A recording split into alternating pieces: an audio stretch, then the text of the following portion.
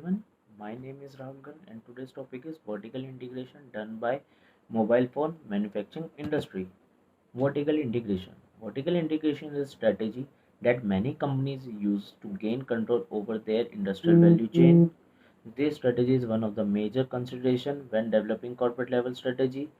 The important question in corporate strategy is whether the company should participate in one activity or many activities along the industrial value chain. For example, the company has to decide if it only manufactures its products or would engage in retailing and after sale services as well. Two issues have to be considered before integration. First is cost and second is scope of the firm. Let us discuss about the cost. An organization should vertically integrate when cost of making the product inside the company are lower than the cost of buying that product in the market.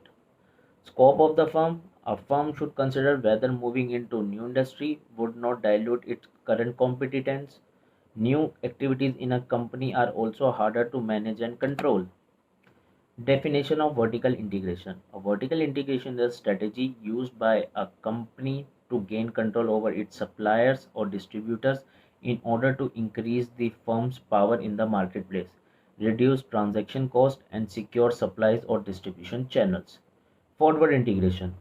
Forward integration is a strategy where a firm gains ownership or increased control over its previous customers. Backward integration. Backward integration is a strategy where a firm gains ownership or increased control over its previous suppliers. Types of vertical integration. Basically, there are three types of vertical integration: forward integration, backward, or balanced vertical integration strategies. Forward integration. If the manufacturer companies engage in sales or after sales industry, pursues forward integration strategy. This strategy is implemented when the company wants to achieve higher economic of sales and large market share. Forward integration strategy became very popular with increasing internet appearance. Backward integration.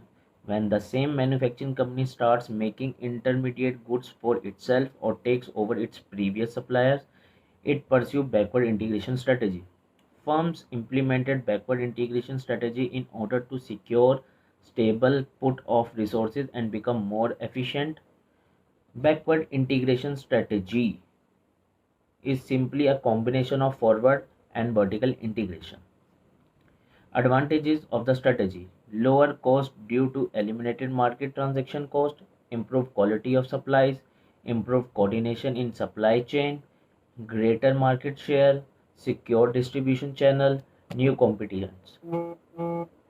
Disadvantages: higher cost if the company is incapable to manage new activities efficiently. The ownership of supply and distribution channels may lead to lower quality products and reduce efficiently because of the lack of competition.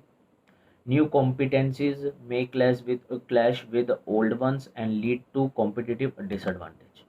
Alternatives to vertical integration.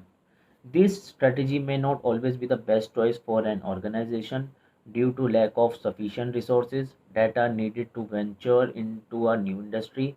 Sometimes the alternatives to vertical integration offer more benefits. The available choice differ in the amount of investment required and the integration level. For example, short-term contract required little integration and much less investment than joint venture. Let us discuss with this a case study of Nokia mobile phone. Nokia, which is the world's largest Finnish mobile phone manufacturer, is taking advantage of other companies' competitive advantage so that they can concentrate their own competitive priorities. Nokia outsources many of its operation and services, like it acquires the telecommunication equipment and expertise of instancing and maintaining it from other suppliers. Nokia created a network system that spread the cost of developing and technologies, reduced product development times, and promoted innovation.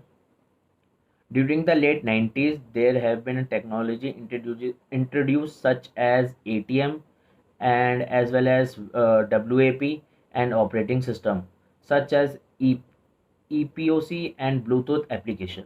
Therefore, instead of in-house production, Nokia decides to outsource its multimedia operation to software vendors and other organizations such as IBM, Intel, and Prison. Today's Nokia owns a market share of 35% worldwide with lots of rises and downfall in the market. Thank you.